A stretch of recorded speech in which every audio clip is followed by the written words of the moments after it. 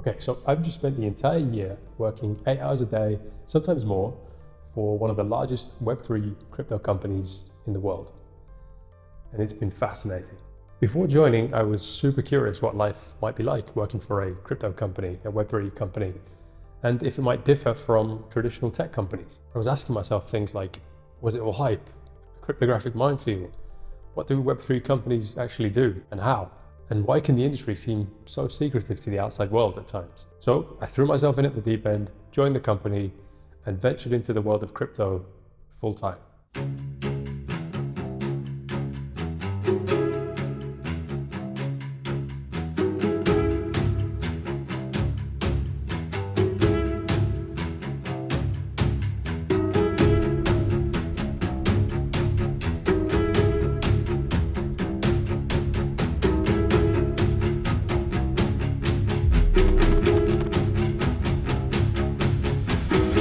Hey, what's up? I'm Ollie FS. So you've probably heard of things like Bitcoin, blockchain, maybe Ethereum, Cardano, and even smart contracts. If you're not familiar with the world of Web3, I'll do an introductory video at some point. But a brief summary of why it's called Web3 is not because you can write it using only threes, it's because it's the third generation, if you like, in the development of the internet. So Web 1 was a bunch of pages that you can only read. Think of it like the entire internet being Wikipedia. With the progression to Web 2, this is the write era, so then you can start editing those pages. And it essentially means that companies can profit from you using their free-to-use sites because you're shown advertisements. And the reason that they can do this is because they essentially own your data. So there's obviously a lot of problems with this. It removes control from you and puts it in the hands of the middle company. They own the servers, they own the money. So now we're building for Web 3, and that control is put back in the hands of you, the user. You will own your data, and the set of rules governing the exchange of data will be open source, just as it was in Web 1. But this time, it'll be collectively owned by everyone through a host of different crypto economics. So in the fascinating world of magic internet money, how do things operate? I mean, what happens when you put together a group of intelligent tech workers coming up against legacy financial powerhouses who are building for a more open and fair and decentralized future? So what's it like to work in such an environment on pretty academic intensive projects that can at times be thrust into the limelight through either innovation or speculation? And what have I learned from my previous year now working as a product designer, knowing that our work that we do can potentially impact millions of lives in the future and even more money? So a quick scroll through Twitter might give the impression that this space is filled with scam artists, grifters, and faceless characters. And they do exist, but it's only really in the social sphere. So as someone who's been living and breathing smart contracts for the previous year now, let me tell you now that this really couldn't be further from the truth when you're actually working in the industry. In short, by the way, a smart contract is a way to take a regular contract that involves money and program it to be a digital agreement that doesn't require trust from a third party's involvement, like a bank, for example. We're not quite there yet because there's a bunch of external factors involved, from regional to legal and even political requirements. But the end goal looks something like that, and a lot of it has already been achieved.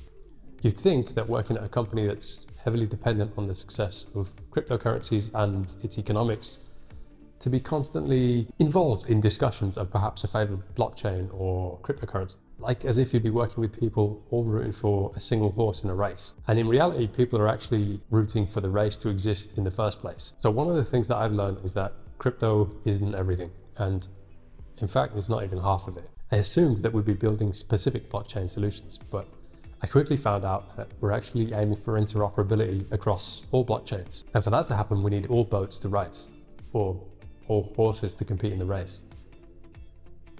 Oh, and nobody cares about price. In the 12 months that I've been there, I haven't once heard a single time about the price of a cryptocurrency.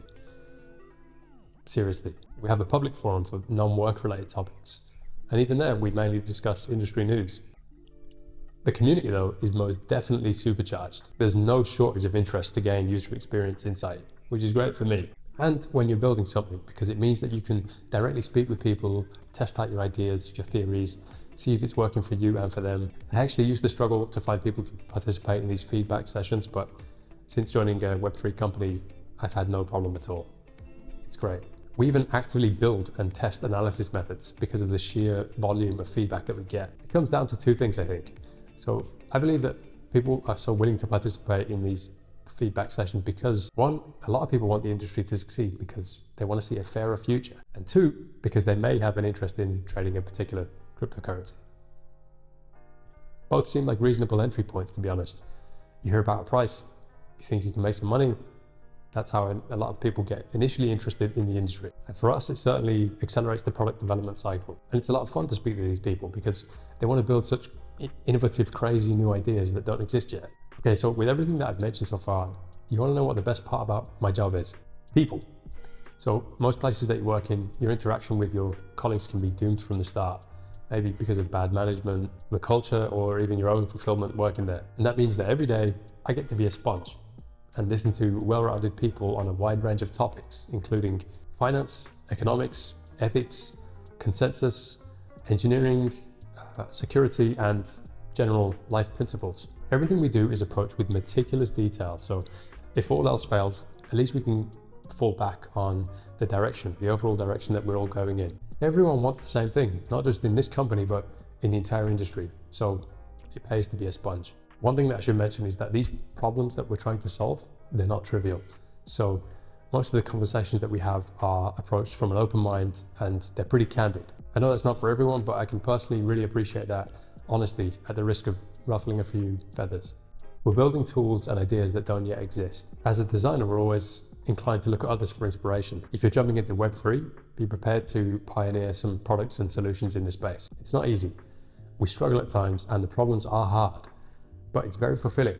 Your mental model about how things work are going to change. So let's take a scenario that most websites are adopting these days and show you how things are changing from the ground up. So right now, if you pick a website at random, I'll bet it has some form of social login. That's where it gives you the option to sign in with Google or Facebook or Apple, for example. Well, when you're building for a decentralized future, you've already hit a brick wall.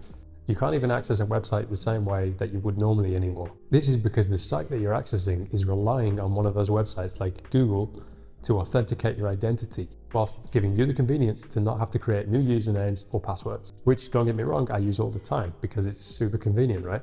But it means that even if the site that you're trying to access is somewhat decentralized in its infrastructure, they're still relying on that third party's involvement to agree that you are who you say you are. So if for some reason that site that's authenticating you is no longer okay with who you are because of maybe what you've said or done, then your access to all platforms using that social login will become somewhat restricted. In a Web3 world where you own your identity, the dynamic changes because you're no longer relying on a third party to authenticate you. You're relying on yourself. So back to the point being that when you work in Web3, the way that you frame problems will change. And this will be at a fundamental level. So the question of how does Amazon do it or Spotify won't cut it anymore because they don't. So this might be a letdown for some people, but nobody really indulges in the fight between Web 2 and Web 3. The majority of fighting and maximalism occurs on social media in public discourse. Our teams actually just focus on making cool products and putting power back in the hands of people.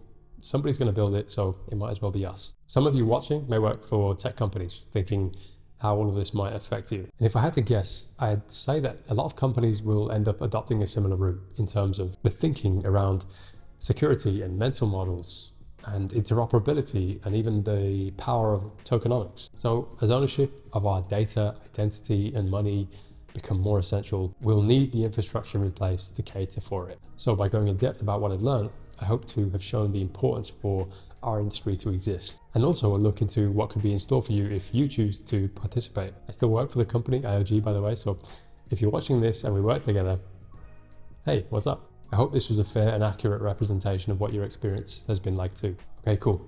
If you enjoyed the video, you can give it a like or subscribe to the channel. If you want more of this content, you can follow me at Ephisopoulos on Twitter, which I've linked down in the description. And yeah, I just wanted to say a big thanks for watching, and I'll see you in the next one.